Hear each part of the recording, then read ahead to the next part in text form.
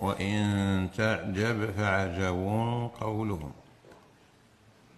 أعوذ بالله من الشيطان الرجيم. وإن تعجب فعجب قولهم وإذا كنا ترابا إنا لفي خلق جديد. أولئك الذين كفروا بربهم وأولئك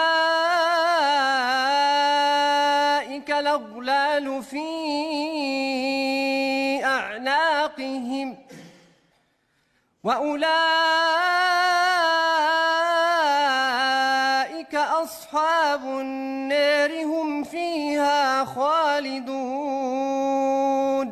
ومن أظلم ممن منع مساجد الله أن يذكر فيها اسمه وسعى في خرابها.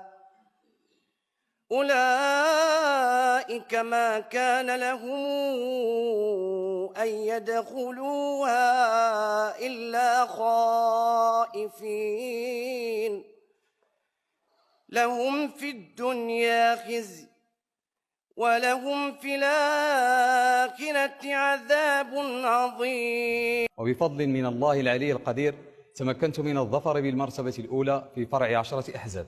إن هذا القرآن يهدي للتي هي أقوم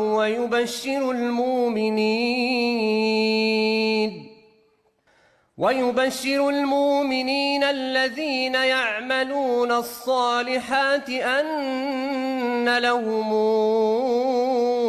أجرا كبيرا.